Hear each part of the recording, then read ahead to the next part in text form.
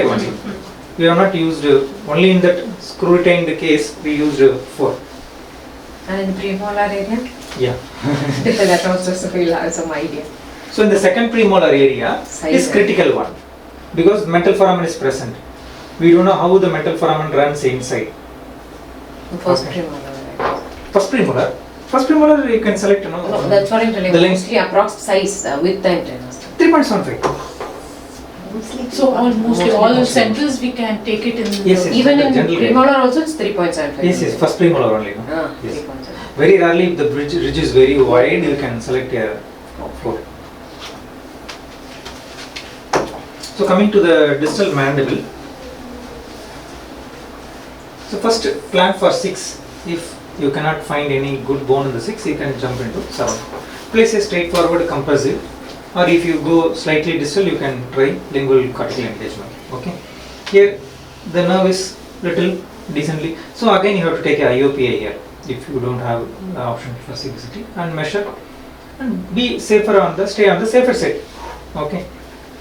Place 2 short implant also is fine. Here one immediately next to distal to the premolar, and this area. See, whenever this bone, no, the natural tooth is here. This is the crest. This bone is always good. So if you start drilling here, this bone is, because of this force, no, constant this mesial force, the bone is thick here. So place 1 implant here and place 1 implant here. Okay, 2 implants done. Okay, select 3.75. Length is determined by IOP, and select a, if you are very scared, you can go for 8 mm, which is the shortest one. Anyway, you are going to place 2 implant, anyway you are going to connect everything with wire or metal frame or whatever. But here, since you said that interdental crustal bone is good, right? Yes. The drilling would be little tough, right?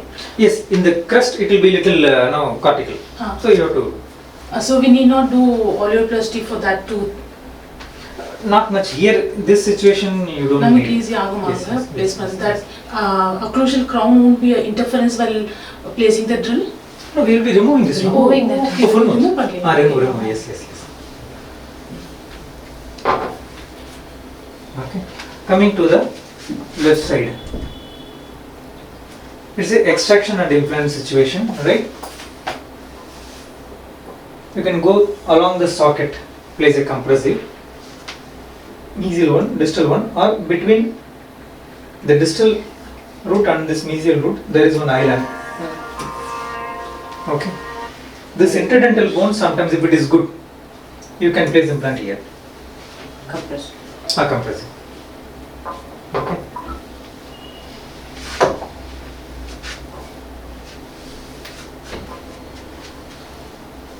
See here.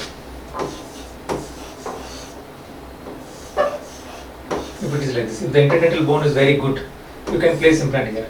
But if 2 teeth are close to each other, say something like this, here placing interdental implant is not real. Here you can place. Here you can place. So whenever you see interdental bone, yesterday we placed one interdental implant that was very stable. So whenever you are placing interdental implant in the molar area, go closer to the lingual aspect, lingual cortical.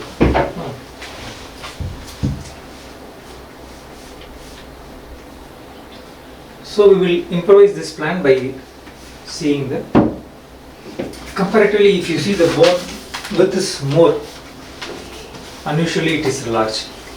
The nature itself has given maybe a large bone for him to chew. Okay.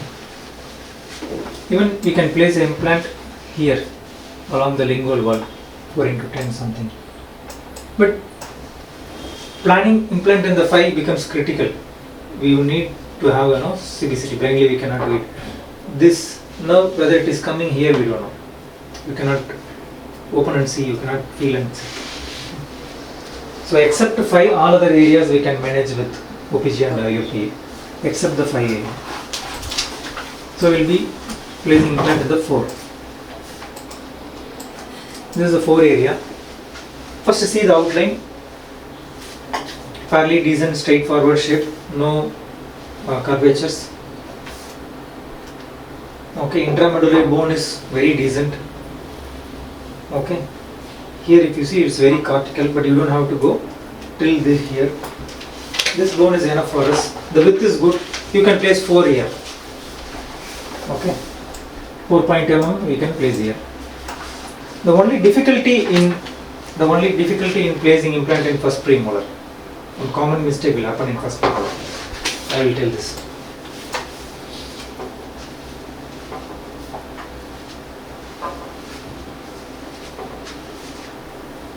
So this is the buccal wall, buccal bone. This is the lingual cortical, the lingual crustal. This bone is very thick. So you will be placing the drill here and drilling. And when you place a 4.2 implant diameter implant, it won't go to the straight center. It will come labially. It will come labially. Okay, so after finishing you feel no, the implants are a little buccal. Okay. So what you have to do is you have to remove this bone with a thick drill, that's it. Crustally only, remove this drill. Then only your implant will go here and the abutment will come in a proper position. See, already the tooth is out actually. The tooth is flared up. It is not in correct position. So this is the one important thing. Definitely 4.2 into 13 or 16, whatever it is you can place. I don't want to go till here. I don't want to drill here and all. Even though it is very cortical, it is not necessary. This bone is more than enough.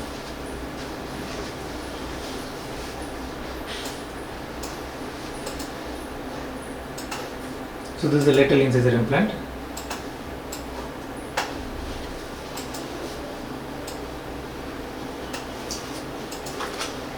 See, now the tooth has been flared labially. Buccolingually it is very wide, unusually wide. This kind of good cases, very rare to see. Here we can place a 4.2. Compared to the previous, last day, that multiple caries, the ridge was quite thin, but here it is very wide. The only thing, this lingual bone, you have to slice it, otherwise the implant will come labially.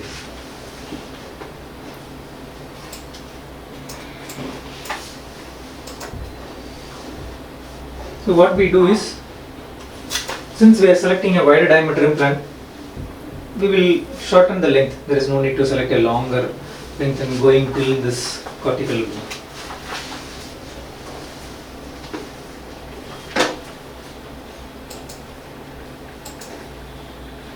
This is 3-2 area.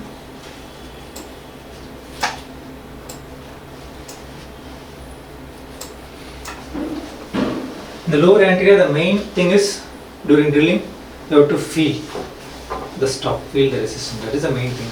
If you do it, you can handle it. Then 4.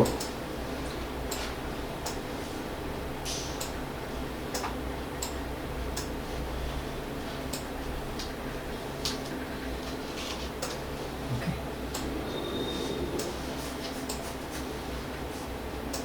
4 is also similar to this side 4. You will see the mental foramen in 5 area. Okay. Anyhow, we are not going to place anything here.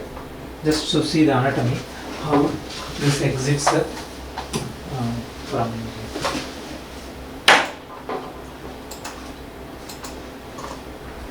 Now we will plan the distal implants.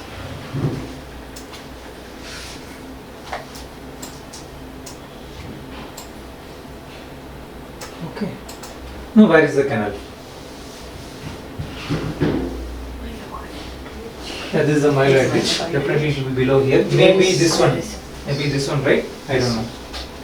See, because of it is cancellous, we don't know.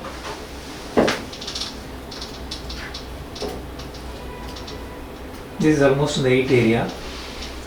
So actually, we cannot highlight that nerve area so that it will be easy, no? Yes, that's what we are going to do now.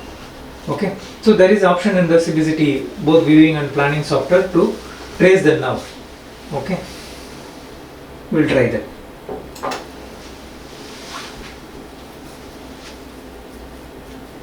Okay, so in the software for tracing there is one mode is there. In that mode, the nerve is visualize better way. Okay. So you have to scroll the mouse.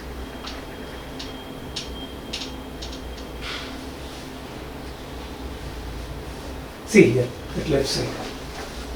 Here, the nerve is visible, right? So I am marking it. Now I am scrolling. Now you can see, no? Can you see this white line here? Okay. This white line here. That's it. Okay. Once your eyes gets used to it, then you will identify it.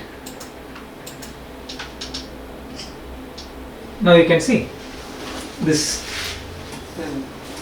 Okay. Since the bone is cancellous surrounding the nerve is hiding here.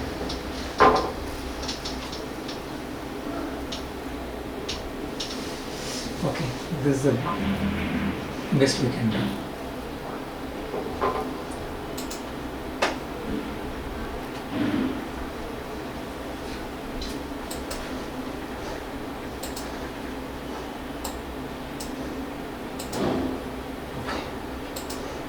Now I am keeping planning near the mesial root of 6. So this is the nerve. Okay. So I don't care where the nerve is, but it is quite far away. So I will select a 8 mm or a 10 mm implant. Or if I select 8 mm implant, I will place 2 8 mm implant. Okay. So along the lingual wall,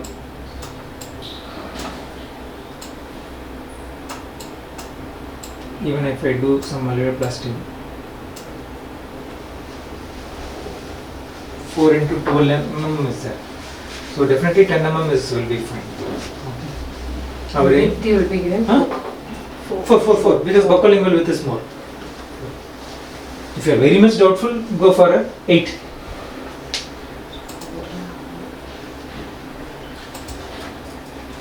And you are planning for a 6 distal root.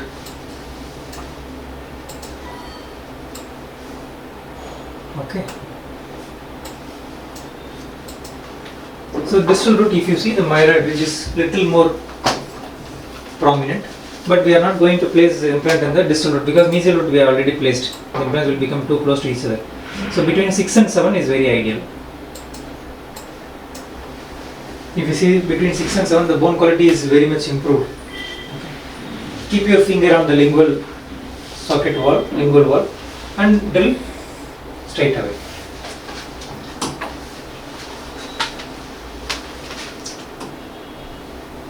So here, buccolingually drilling should start inside. No? Here the rule doesn't apply. We are starting the drilling close to the lingual. See, initially we discussed no insertion point buccolingually it should be center, mesodistal. But here, not here, close to lingual wall, so that you stay close to here. Okay. For this case, right? For this For case. lingual cortical engagement, I am telling. Lingual cortical engagement. Buccolingually center is the general guideline. Okay. Mostly molar areas will give a Close to lingual plate, because the lingual plate will be very good. This lingual cortical bone will be very good. If our implant touches the lingual bone, no, that is good. See, whether you are engaging here or not also doesn't matter. But if you be close here, we'll see what is the link.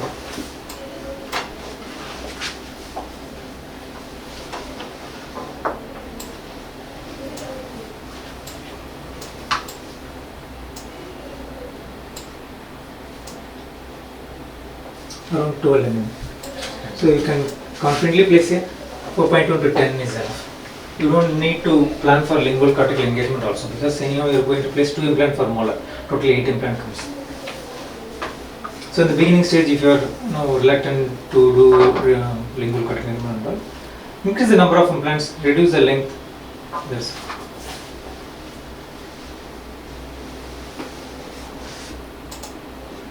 so right side we are planning